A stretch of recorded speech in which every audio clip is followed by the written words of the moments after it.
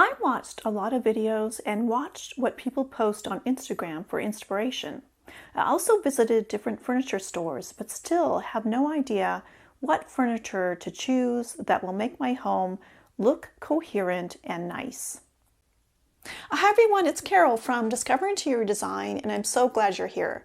Well, that was a great question from one of my viewers who was wondering how to choose furniture for their home. And so in this video, I'm going to give you 3 design tips that you can use to think about what would make sense for you and to help you make that decision-making process a little bit easier. So let's get started.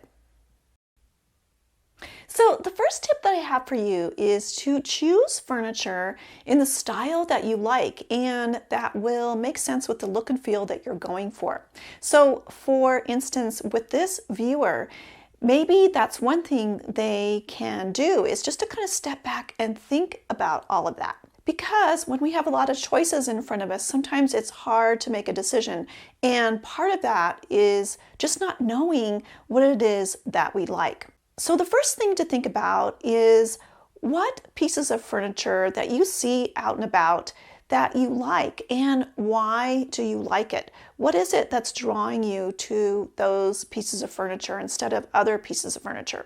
And lots of times this has to do with maybe the color of the furniture or the texture, or maybe even the lines of the furniture, or maybe even it has to do with pattern or even finishes on the furniture. And the other thing to think about is just the style itself. Is that piece of furniture that you're drawn to, is it kind of modern or is it more traditional or is it kind of vintage looking? And the other thing to think about is what is your lifestyle? And we'll kind of take a look at that in some other ways later in this video. But one thing you can think about is what's your lifestyle? Is it kind of casual and informal, or is it more formal? And so maybe you're drawn to furniture that has a little bit more refined detailing in it.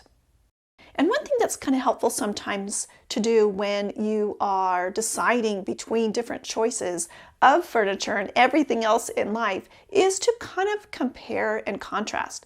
So if you are looking at different beds, well, how about comparing and contrasting a couple different styles and which one do you like better and why? And then the other thing that is really important to think about is what is the overall vision that you have for your home? Or maybe it's just a room that you're working on, that you're looking for furniture for. So think about that. Do you want something that is bright and cheery and colorful, or something that's a little bit softer and calmer? So it's really important to kind of think about all of that and what's your overall vision for your home.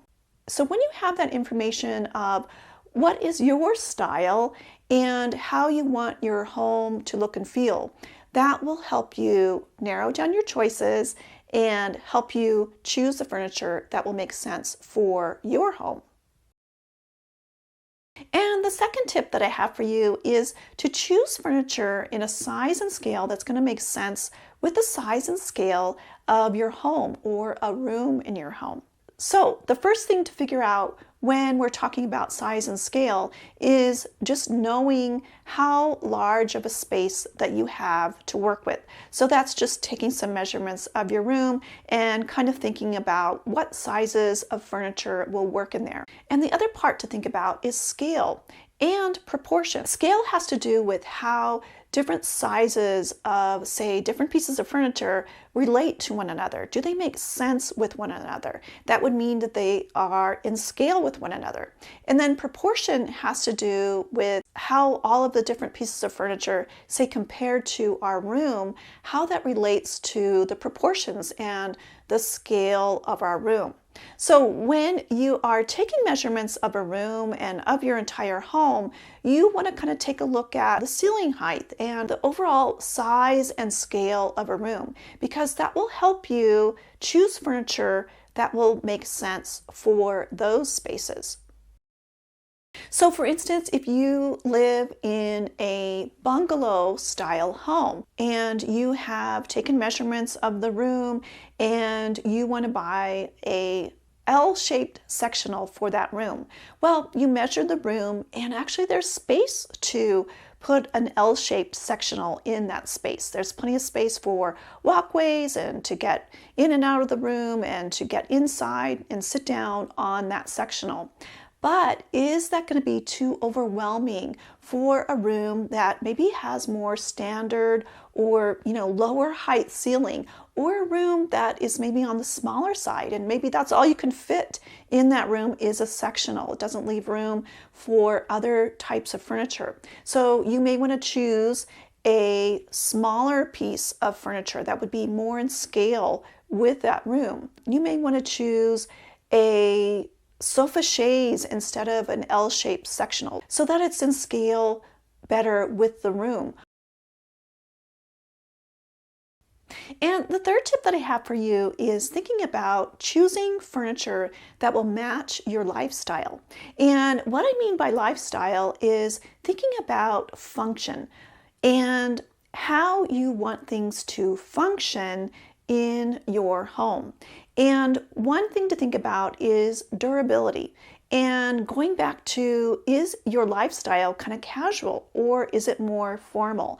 And depending on which direction that you want to go, you will want to choose furniture that will be functional for the look and feel that you're going for. And of course, this may depend upon the room that we're looking at. One part of durability is how much you want things to be easy to clean or that you don't really care about it. So maybe you have an accent chair in your living room and you want to make sure that that accent chair is really durable, that spills are easily cleaned up. You would want to choose a fabric so that you don't have to worry about stains. And the other way you could think about function of the furniture in your home is flexibility. So is it important for you to kind of think ahead and want to have furniture in your home that's going to kind of last a long time? Maybe that means choosing a crib that turns into a twin size bed as your child grows. Or the other thing to think about is that you want to have your furniture stay with you a long time. And that's thinking about the quality of the furniture and the comfort of the furniture. Because according to the US Census Bureau, Americans move on average more than 11 times in their lifetime. So it's maybe choosing furniture in standard sizes so that when you do move, that those pieces of furniture will fit in your new place. And then a bonus tip for you is just to keep in mind that you don't have to decide on every single piece of furniture for your home all in one day, and that buying furniture is kind of like building a collection of different items that you'll have with you throughout your lifetime. And start slow. So buy those larger pieces first, like a sofa or a bed for your master bedroom, or even a dining room table and chairs. So I'd love to find out from you if you have any other questions about choosing furniture for your home, and if you have any suggestions and anything else that we can think about when we want to go and buy some furniture for our home. So please share your design ideas in the comments. Thanks so much for watching, and I look forward to seeing you next time. Take care.